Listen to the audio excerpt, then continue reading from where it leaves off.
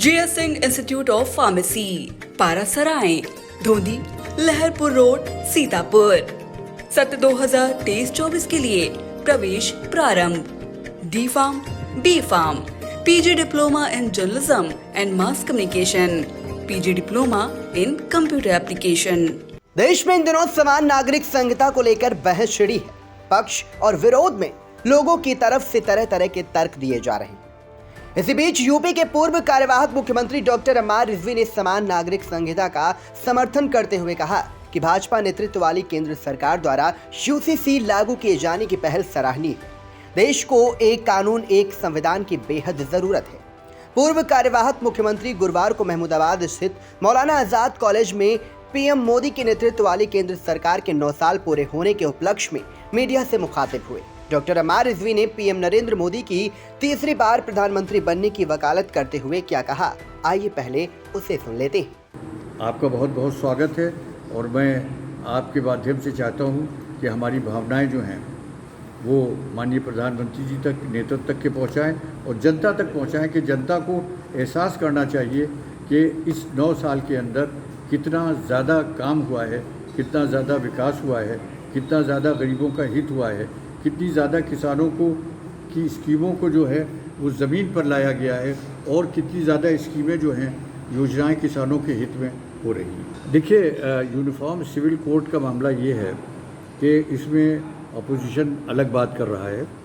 Uniform से एक मेरा अपना जो है ख्याल ये है कि जो मुल्क है वो एक है, तो कुछ पर्सनल चीज़ें छोड़ के, जैसे पूजा आप कैसे करें, आरती कैसे करें, नमाज कैसे पढ़ें, रोज़ा कैसे रखें, अपने मज़हब के काम कैसे करें, बहुत सी चीज़ें कैसे करें, लेकिन देश को एक कानून में गवर्न होना चाहिए।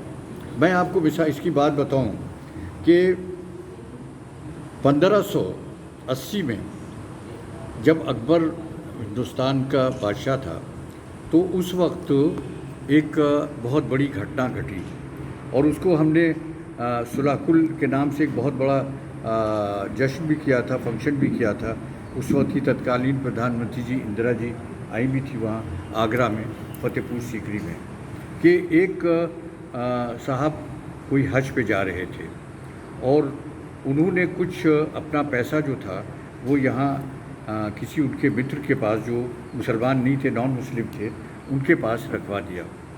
जब लौट के आए तो पैसे के ऊपर कुछ बातचीत हुई कि इतना था, ये इतना था, ये इतना था।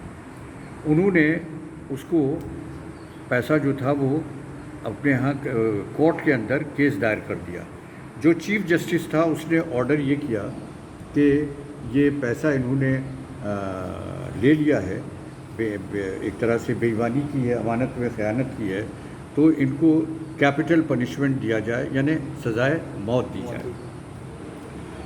जब उसकी वाइफ जो थी वो अकबर के पास गई और उसने कहा कि देखिए हमारे शौहर के साथ ये बेइंसाफ़ी हो रही है और ये जो पैसा जो दिया गया है ये उतने ही है और उसे गलत तरीके से फंसाया जा रहा है।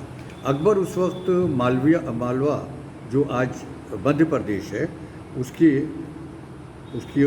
फतेह के लिए, उसमें विजय करने के लिए उस तरफ जा रहा था, जिसकी याद में ये फतेहपुर सीकरी में बड़ा दरवाज़ा बना है, बुलंद दरवाज़ा जिसे कहते हैं।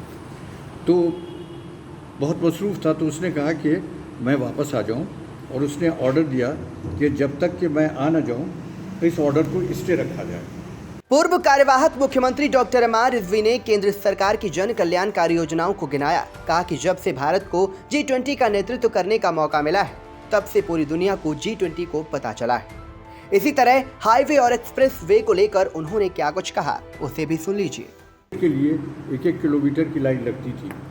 आज हम इस पोजीशन में हैं कि 142 करोड़ लोगों को न सिर्फ हम खाना खिला रहे हैं बल्कि 142 करोड़ लोगों में से बहुत से लोगों को मुफ्त दे रहे हैं और साथ ही साथ इस पोजीशन में है कि पास पड़ोस के लोगों को हम गल्ला दे सकते हैं। तो ये एक हमारी जो मैच्योर्ड लीडरशिप है, जो प्रधानमंत्री जी के नेतृत्व में जो देश को मिल रही है, ये उसी का नतीजा है। आज 9 साल उनके पूरे हुए हैं और 9 साल का ये एक बहुत बड़ा अचीवमेंट है उनका कि 9 साल के अंदर देश जो है वो कितना आगे बढ़ा है। एक मामूली चीज़ लीजिए आप कि पहले अटेस्टेशन के लिए एक आदमी को कितनी जगह का चक्कर लगाना पड़ता था। गजेटेड ऑफिसर को ढूंढिए, एमएलए साहब को ढूंढिए, किसी प्रिंसिपल को ढूंढिए, तब जाके आप अपना कागज़ जो है वो उसे अटेस्ट कर सकते थे। बहुत छोटी सी बात बता रहा हूँ, आज आप अपना पेपर खुद अटेस्ट कर सकते हैं।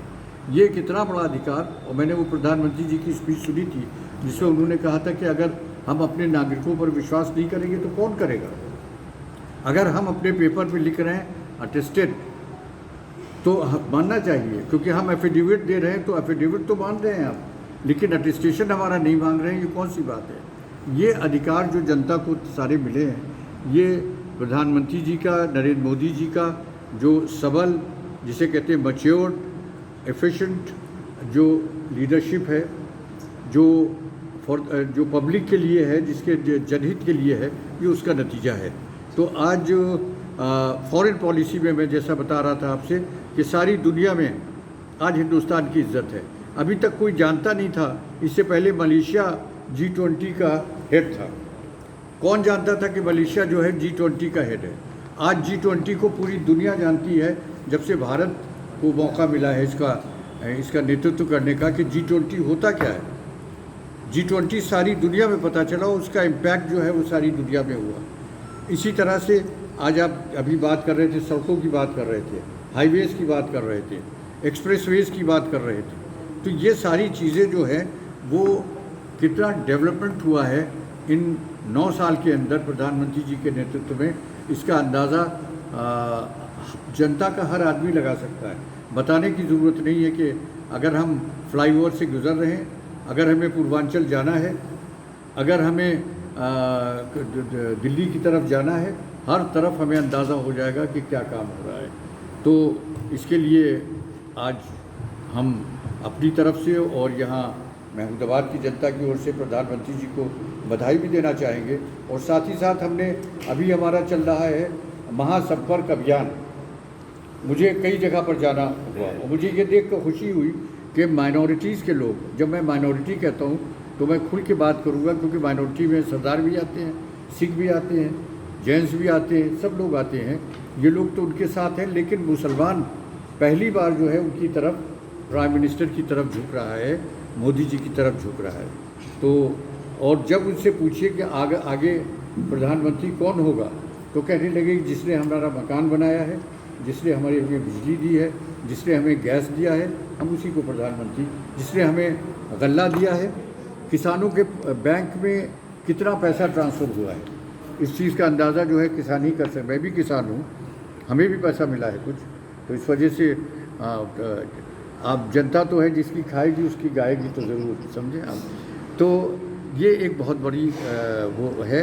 हम चाहते हैं कि अगला जो 24 के अंदर चुनाव हो रहा है उसमें तीसरी बार फिर नरेंद्र मोदी जी देश का नेतृत्व करें।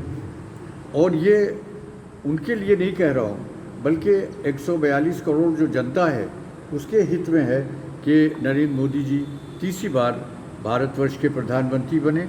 और जो काम है उनके, ये खाली तारीफ करने की बात नहीं है। मोदी सरकार द्वारा हर घर को दिया गया शौचालय और लाखों लोगों को दिए गए आवास को केंद्र सरकार का महत्वपूर्ण कदम बताया। इस मौके पर कॉलेज के प्राचार्य डॉक्टर विभा मिश्रा, कार्यालय अधीक्षक राजेश सिंह, अंकुर सिंह, राहुल सिंह, प्रमोद शुक्ला आदि मौजूद रहे। कोविड के समय में दिए गए भोजन के बारे में वो क्या बोले, उसे भी सुन लीजिए। भारत को कोई ख़ास तवज्जो नहीं दी जा रही थी। आज मैं अभी विदेश में था और उस वक्त हमारे प्रधानमंत्री जी अमेरिका में थे, तो ब्रिटेन में, लंदन में जिस आदमी से मिलिए वो उस मीटिंग की बात ज़रूर करता था कि इतनी इम्पोर्टेंस अमेरिका में किसी भी प्रधानमंत्री को नहीं मिली। तो ये एक बहुत बड़ा अचीवमेंट है हमारी लीडरशिप का, जो मौजूदा है, जो प्रधानमंत्री जी हैं, और पार्टी का भी है क्योंकि वो पार्टी के लीडर हैं। लेकिन जिस तरह से उन्होंने पूरे देश को अपनी एक तरह से हर तबके को, हर क्लास को छूने की कोशिश की है और उसकी समस्याओं का समाधान करने की कोशिश की है, वो बहुत ही सराहनीय है। अगर हम बहुत ज़्यादा डिटेल्स में न जाएं, कुछ छोटी छोटी बातें देखें तो आपको पता चलेगा कि हिंदुस्तान ने, हमारे मुल्क ने कितनी ज़्यादा तरक्की की है। सिर्फ आप एक प्राइम मिनिस्टर्स या प्रधानमंत्री आवास का मामला ले लीजिए, ये लेबोरेटरीज़ का मामला ले लीजिए, जो हर जगह शौचालय बने हैं। ये कोई मामूली चीज़ नहीं है कि हर गांव में, हर घर में एक शौचालय दे देना इतने बड़े प्रदेश और देश में। ये सुनने में आसान बात है, लेकिन प्रैक्टिकली आसान बात नहीं है।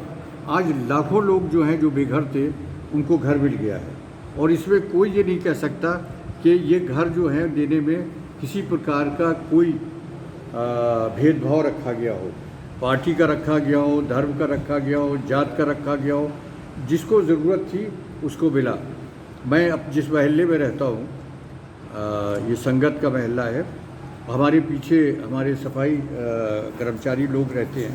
पहले इनका झोपड़ी पड़ी थी, आज आप देखिए कि पॉश कॉलोनी लगता है। वो सारे और दूसरे घर जो हैं उनसे बेहतर जो है घर लगता है।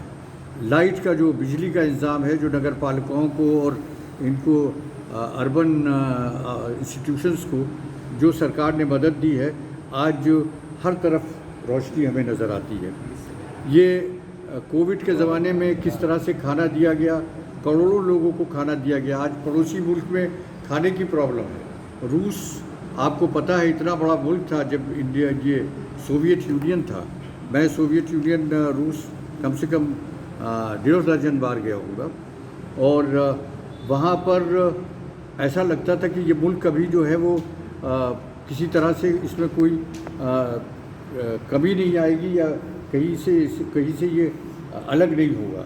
Agarwal Public Inter College, Vijay Lakshmi Nagar, Sitapur, creates history again. Our intermediate topper, Venkatesh Maurya, got first rank in city and 9th rank in district. Our high school topper, Isra Azmi, got 3rd rank in city. Our 3 students, Ankit Kumar Vishwakarma, Himanshu Mishra and Vikas Anand Gautam, got selected in central government job. Admission open for session 2023-2024. Our other institution is Shivam Agarwal Memorial Degree College, BA, BCom, DLED, CCC and O level. So hurry up. Studyville Group of Institutions, Sitapur. Studyville Public School, Vijay Lakshmi Nagar. Studyville Senior Secondary School, Lakhimpur Road, Sitapur. Affiliated to CBSE Board, New Delhi. World-class infrastructure, NCC for boys and girls. Blessed by Honorary President of India and Governor of UP. State-of-the-art labs, school cinema, ultra-modern teaching support, digital classrooms. Studyville Group presents ITI and Pharmacy College.